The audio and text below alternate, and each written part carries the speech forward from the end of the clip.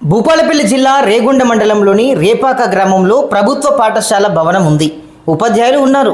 ప్రభుత్వం కల్పించిన అన్ని సౌకర్యాలు ఉన్నాయి. కానీ చదువుకునేందుకు విద్యార్థులు మాత్రం కనిపించడం లేదు. రేపాక గ్రామ ప్రభుత్వ పాఠశాలలో నెలకొన్న ఈ పరిస్థితి స్థానికంగా చర్చనీయాంశంగా మారింది.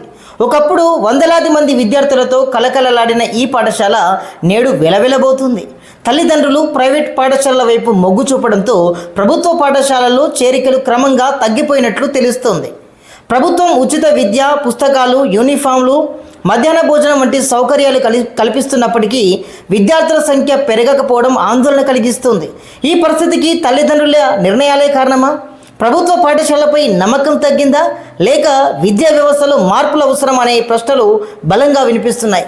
ప్రభుత్వ పాఠశాలల పరిరక్షణకు ప్రజాప్రతినిధులు, అధికారులు, తల్లిదండ్రులు కలిసి కృషి చేయాల్సిన అవసరం ఉందని విద్యావేత్తలు సూచిస్తున్నారు.